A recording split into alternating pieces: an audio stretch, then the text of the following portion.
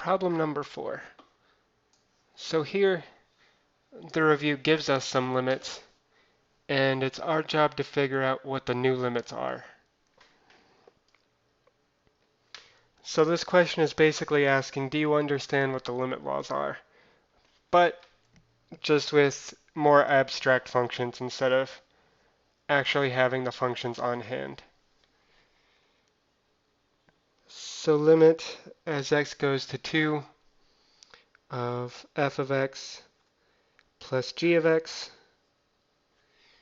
By the addition rule, this is limit or addition law. Limit as x goes to 2 of f of x plus the limit as x goes to 2 of g of x. And now those are numbers that we have on the review. So if I look on the review, it says that this first limit is equal to 3, and the second limit is equal to minus 4. I'm actually going to write those right here so I have them to look at later. 3, minus 4, and then 7. So 3 plus minus 4 is minus 1. And that's the answer for part A.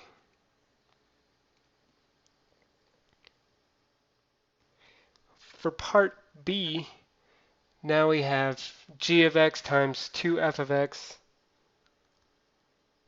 This goes to 2 of g of x times 2f of x plus h of x.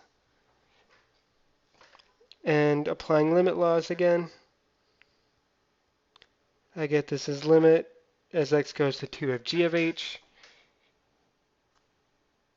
2 times limit x goes to 2 of f of x. I'm doing a few steps at once here. Plus limit as x goes to 2 of h of x.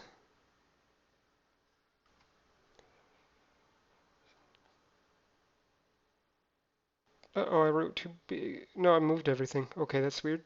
I can move this. Again, if you want, you can just go ahead and plug in. You can not write this step, but just to make sure everybody has an idea what's going on. So this limit we said was equal to minus 4, 2 times 3, plus 7. So I get minus 4 times 13, which is minus 52. Okay. Not sure what happened there, why it moved my stuff, but it's not that difficult of a fix.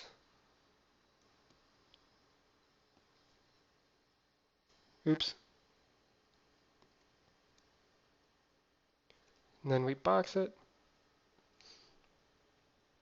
C. So now we have a fraction. So the only thing we're worried about is if the denominator is going to be 0 or not. Let's see. So limit x goes to 2 of f of x over g of x plus h of x. Yes. Equals, again, applying limit laws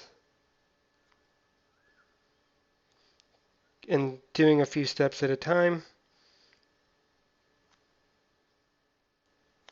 Plus limit x goes to 2 of h of x. So first I'm using the quotient law. Then to do the bottom, I'm doing the sum law. I don't expect you to state those, and again, if you just want to plug in, that's absolutely fine. But just so we're fully clear on what's going on, because you might at this point in the course be confusing when you're allowed to just take the product, like for limits, or when you have to do something special, like for derivatives. So the first one, the thing on top is 3, thing on bottom is minus 4, plus 7, that's 3 over 3 is equal to 1. And that's our final answer. Finally, one last limit to calculate.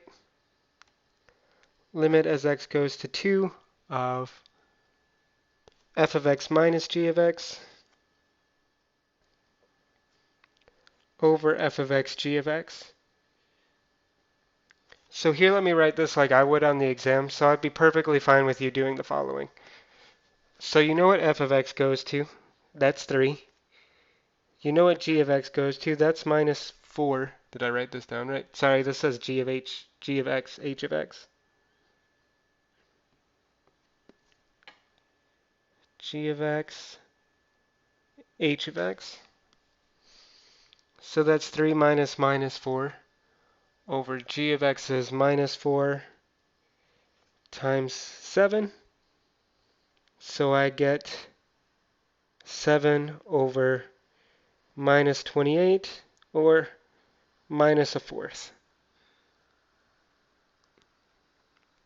And that's my final answer for part D. So again, this level of detail here would be completely fine. I'm not expecting you to rewrite limit a million times for problems like this. You'll have enough tedious limits to do already. But just to make sure we're all on the same page. And that's number 4.